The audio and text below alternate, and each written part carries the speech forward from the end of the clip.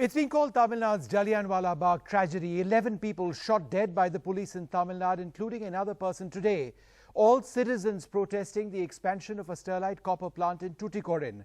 Why did the police have to use such brutal force on protesters? Why weren't rubber bullets used? Is it just okay for the state government to say that the circumstances were unavoidable and get away from scrutiny? Why has the state government been completely unable to gauge the extent of public resentment at the functioning of a plant which has reportedly been spewing poison into the air and into groundwater? Sterlite, for its part, says the plant is presently non-operational and that they've complied with whatever regulations they were required to abide by. That's something protesters and activists clearly dispute. They insist that that is a lie. On the show tonight, I'm joined by the senior advocate, C. Rajshekharan. Sarvanan Annadurai also joins us, spokesperson of the DMK. Mr. K.C. Palaniswamy, member of the AIADMK, joins us as well. Mr. R. Balashankar of the BJP with me in the studio. Priyanka Chaturvedi of the Congress Party. Gopal Sankar Narayanan, the Supreme Court advocate and an environmental lawyer. And Fatima Babu, an activist on the ground in Tuticorin, joins us as well. Mr. K.C. Palaniswamy, let me come to you first. Why did the police need to resort to opening fire with automatic weapons? Yeah, that they should not have done it, and this agitation is not started yesterday. They have been continuously agitating for 100 days. That is a 100th day yesterday, and they have clearly notified they want to meet the collector and give a representation, and for giving the representation, when they come to the collectorate, police has unnecessarily opened the fire. It looks as though it's a pre-planned firing has taken place, and the people who has been leading this agitation has been targeted. I think one of the person who was killed is a person who has organized this for a very long time, this agitation. Mr. Palaniswamy, this is incredible. As a member of the ruling government, you are saying this is a pre-planned firing by the state police that comes under your control to target the leaders of this agitation. Pre-planned, as in the police say, we will go and we will shoot to kill certain people. That this was a plan they made in advance. This wasn't crowd control. No, I have difference of opinion with the Chief Minister, Mr. Edappadi Palaniswamy, and Mr. O. Pannirselvam. And they declared that I have been expelled from the party. I have challenged that they don't have the right to expel me from the party on the Kaveri issue. So I need not take the line which the government is taking. All right, but sir, you stand by what you are saying, that this was pre-planned and this was deliberate, and you are not saying this because you have an issue with the Chief Minister. You are saying this because you believe, on the basis of information that you have received, that this is correct. It was deliberately done on the instructions of the state government. Yeah, certainly, because I don't know whether it is state government, but the Chief Minister has to be blamed because the Home Department is with the Chief Minister. So whether he acted at the instruction of Government of India or the Home Ministry, I don't know. But the blame has to go to the Minister in charge of Home. Mr. Balashankar, as a member of the BJP, will you condemn this police firing, or do you believe there was some sort of logic behind it? No, definitely there is no logic, and I totally condemn it. But about 1 year ago, when this license was given to this plant for expansion, I think there was differences within the NDTV. To the best of my knowledge, it was an NDTV leader who was a minister there who started this agitation to begin with. And afterwards, this went on for almost 100 days. And what happened yesterday, I cannot say, if the police was on the wrong or the administration was on the wrong, but there is no logic for killing. But at the same time, there is one point I want to make. Industry-friendly Tamil Nadu has today become totally anti-industry. And this has been happening for quite some time. There were some NGO groups and there were some missionary groups. So you are saying that this is an anti-industry issue? These protesters are anti-industry? No, I am saying that I totally condemn the firing yesterday, and I am very sad about the killings of the people, and it is very unfortunate. But what I am saying is, over a period in the last 2 years, we have seen lot of agitations like this. Kodankulam also. No, but do you believe they didn't have any issue? No, about the issue, see, about the industry, there are issues. Then? And there are issues that has to be solved. But by protesting continuously on any issue for that matter, even on Kodankulam we have seen, it is the same group that is protesting here also. Okay, Gopal Shankar Narayanan, the point being raised is that these protests are sometimes motivated. The same people who have protested against the Kudankulam nuclear plant are involved in the protests over here, and that the logic which is being used is faulty. How would you respond to that, Mr. Gopal Shankar Narayanan? I think there's a lot of nuance involved in all these incidents. I think we must understand that there are people who are being affected by projects that are coming up. This is not a situation only about Tuticorin or Tamil Nadu. Across the country, we find lots of permissions being given by the respective pollution control boards, permissions which should never have been given, and we have found later that there have been investigations launched against the respective officers of these pollution control boards and of the state governments who have given permissions of that sort. Specifically, as far as this project is concerned, there have been catalogued incidents of the water specifically being severely polluted, higher levels of hemorrhaging among women in the areas around Tuticorin. There are clear links that one can see between the Sterlite copper smelting project and the effect that it has had on the environment around. Now, as far as whether these same people may be involved between this agitation and the Kudankulam agitation, there could well be. There are many antisocial elements, there are many motivated lobbies which might jump on the bandwagon whenever they find something that they can use one way or the other, and I wouldn't be surprised if there were a political angle as well, and that is why we have this crony capitalism pervading all sectors right now. Mr. Saravanan Annadurai, spokesperson of the DMK, also joins us at this stage. Mr. Annadurai, how would you respond to those that say that some of these protesters, at least their leaders, were motivated and that this was being done deliberately, that some of the issues which were being raised, this is what Mr. Balashankar suggests, are not reason enough for this sort of protest to have taken place? So I think whoever said that has not taken into consideration the special circumstances that are prevailing in this case. Nothing, whatever it is, nothing can justify this brutal killing. They are pre-planned. It is a pre-planned murder and a cold-blooded murder, and we have rightly called this as the Jallianwala Bagh of the Tamil Nadu.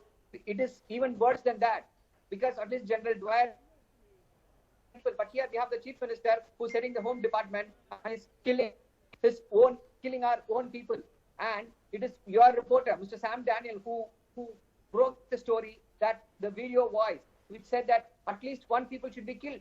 That was the one which was spoken by the police officer. So it is pre-planned, and now they're going to camouflage it and say there are protesters. Let us assume there were fringe elements. Let us assume that. No, but I don't understand. Who are these fringe elements? The point is, who are these fringe elements? That is what I don't understand. In fact, I want to ask Mr. Balashankar that question. Sir, this entire point of, there may be fringe elements who have invaded this protest. Who are these fringe elements? No, I am not talking about fringe elements. I am talking about certain groups, certain NGOs, certain missionary. No, but which groups and which NGOs? Now, see, we should not confuse between what happened yesterday and what is happening for the last 100 days. What happened yesterday, nobody is justifying. It is very unfortunate. The firing has no justification. There was no adequate police force, and the crowd was very large. 15,000 people were there. So it went out of hands. But what I am saying is, Tamil Nadu, which had as an industrial base, it was industry friendly. For the last few years, it has started a new chapter where any development project is protested against, agitated against. If you look at the facts over here, the Tamil Nadu Pollution Control Board has accused the factory of releasing gas in the air. Sulfur dioxide levels were off the charts on the 23rd of March this year. The reading was 29.55 cubic meters against the prescribed limit of 1250. If this is the case, then how can we say that these protesters are anti-industry? No, I am not saying about. They want to save their lives. No, see, there is one thing about pollution in the industry, and that has to be corrected and that has to be mended. I agree with that, but at the same time, what is happening is there is a lobby which is very consistently working there in the name of environmentalism, and they are protesting any project that is coming up. Why are they doing this? I don't know. What is the foreign conspiracy, sir? Is something you are alleging? I am not alleging any conspiracy, but I am saying that the industry-friendly atmosphere in Tamil Nadu is being vitiated by this kind of agitation. Priyanka Chaturvedi, no clear answers from Mr. Balashankar on why the environment is being vitiated. He says there are some groups which have apparently been doing this for 2 years, motivated groups, and that this one of them could be involved over here, if not yesterday, then over the last 100 days. How would you respond? This is an absolutely ridiculous charge to make of anybody who is environmentally conscious and is fighting for their own rights, for a better environment, a healthier environment to live in. My only question to such argument is, what stopped them from talking to the protesters? What stopped the government from talking to the protesters who were protesting for past 100 days? Who ordered this firing? And anyone who is motivated deserves to be shot down like this. Isn't protest a part of the democracy of this country? So this entire argument is just so ridiculous. If it's nothing short of mass murder being ordered at the behest of the state government continues to stay silent. The central government, I'm very surprised that Prime Minister Modi, who tweets so frequently, hasn't even acknowledged this firing where people have been killed because of the police firing. So this is something that the government needs to come clean, and the central government also needs to take into account. Why was the state government caught napping when police was firing? Mr. C. Rajshekharan, would you agree that the most shocking part of all of this was the images, and we'll try and bring up that image of this policeman lying prone on top of a van? There was audio which was apparently heard of somebody saying, "Kill at least one," or words to that effect, and then he opens fire. We don't know if he shot somebody dead there or others were shot simultaneously or in that time period, but the entire point being made is that these were policemen who were shooting to kill, that there was nothing which was done which can justify this kind of bizarre action. Vishnu, first my heart goes to the deceased family, and it's most unfortunate, but we are discussing about this incident at Tuticorin, and this is just the tip of the iceberg which you are saying now, that the policeman in his the sniper, in fact he is a sniper, he is used for shooting people and shooting unruly elements. That is the job of that profile person. He has been engaged by the police department of Tamil Nadu for what? Just to shoot down the innocent people who have been peacefully demonstrating, protesting in Tuticorin against a private company called Vedanta of Anil Agarwal, who is the owner based in London. So let us see it from the beginning. Let us go back. See, it was 92 in Ratnagiri, Maharashtra. They had thrown him out, and he comes conveniently to Tamil Nadu.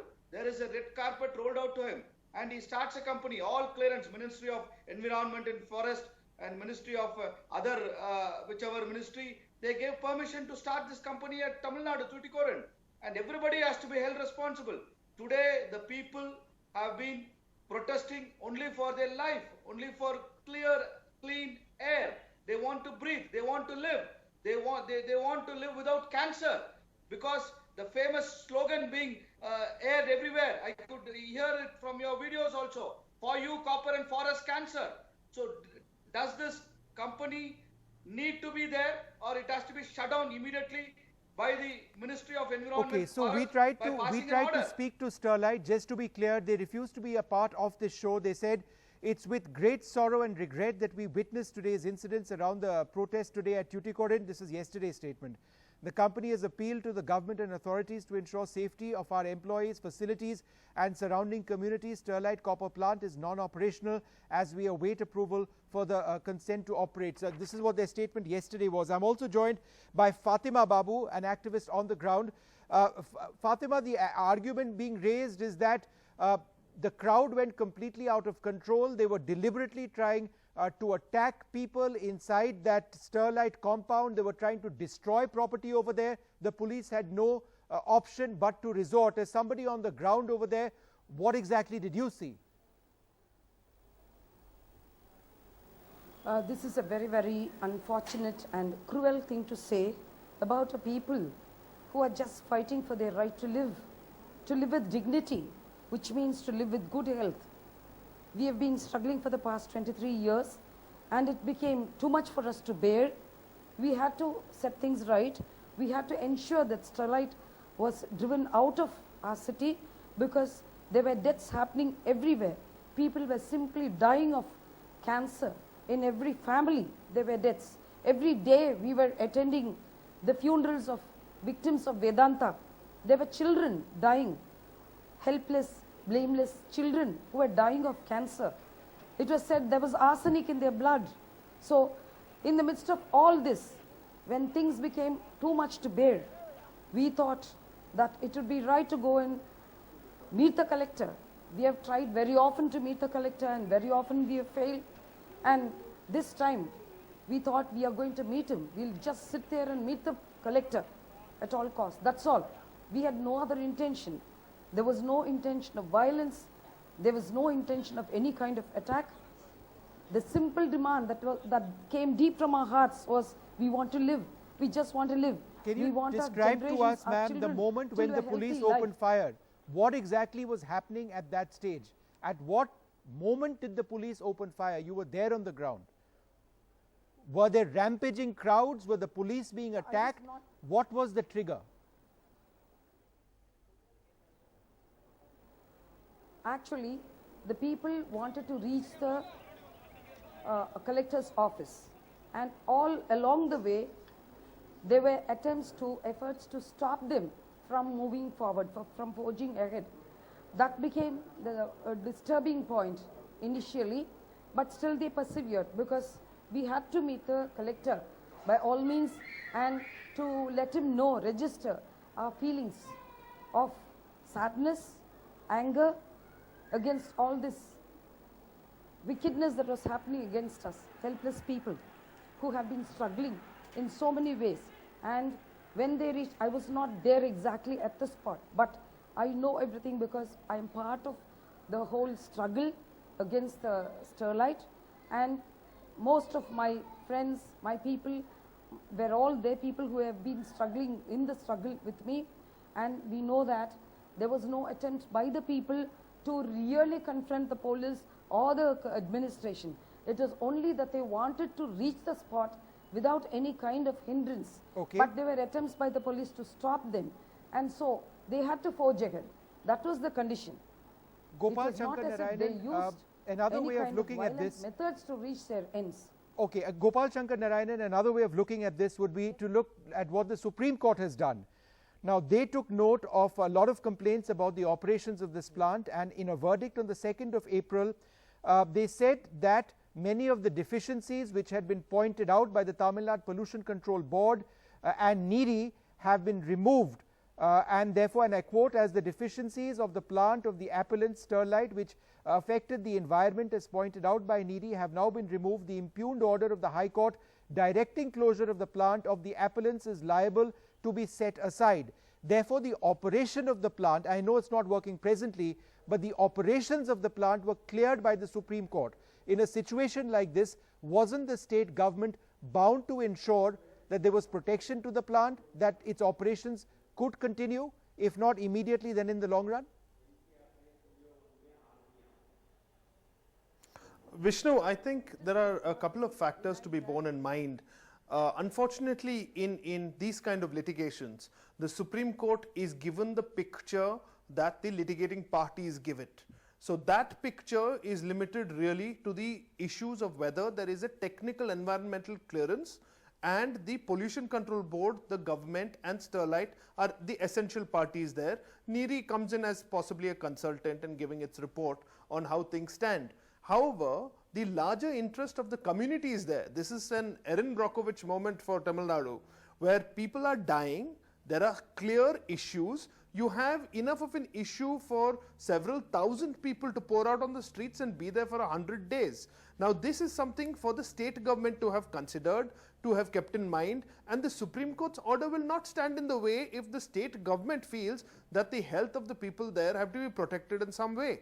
The same state government which decides to allow its police to run riot in this fashion should have, over the last 100 days and much earlier, have already given directions regarding the community and how they are being affected. People are dying. There is clearly a high level of carcinogenics in the water and the air. What has the state government done about that? So People Fatima have died. Babu, And what is the state government doing? What as is the far state as government done? So corrective Fatima steps?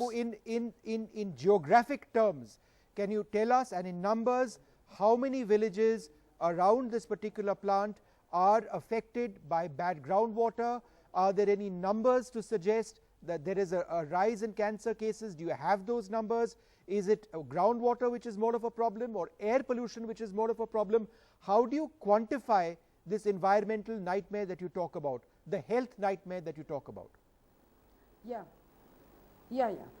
See, number one, I would like to point out that when we have a complaint to make that something unpleasant is happening to us in terms of our health issues, and we are being affected by whatever a company does, a corporate company does, against whom we are unable to do anything, lift a finger against the company. It is the duty of the governments, whether it's central or state, to take care of and protect its citizens. We are taxpayers. Every single No, but Fatima, how many villages have been affected? What are the numbers of people who have been affected? 18 villages. Okay. Yeah, there are 18 villages in and around the company, plus the entire town is within a radius of 10 kilometers on all sides. Okay. And any copper smelter such as this should have been placed at least 25 kilometers away. And what has the impact been? How many people have you counted who you believe are directly linked to pollution coming from this plant? Yeah, just to give you one example, because it is the duty of the governments to do this. They cannot expect it. No, but ma'am, you are one of the lead protesters. Surely you would have the numbers. I can understand you saying the government has failed, but what are the numbers that you have? Yeah. One little example that I can give you straight away is we took a survey out of our own interest in this village, little village called Kumarediapuram. The total population of that village is around 500, which means the female population could be 50%, 200 to 250 women. Of those 25 women, we have the papers, we have the original papers with their signatures, with their treatment papers and all other documents. To what extent has this been a health disaster? One way or the other, the loss of life has been very, very unfortunate in Tuticorin. I'd like to thank all of you very much for joining us, and we will follow this story very, very closely.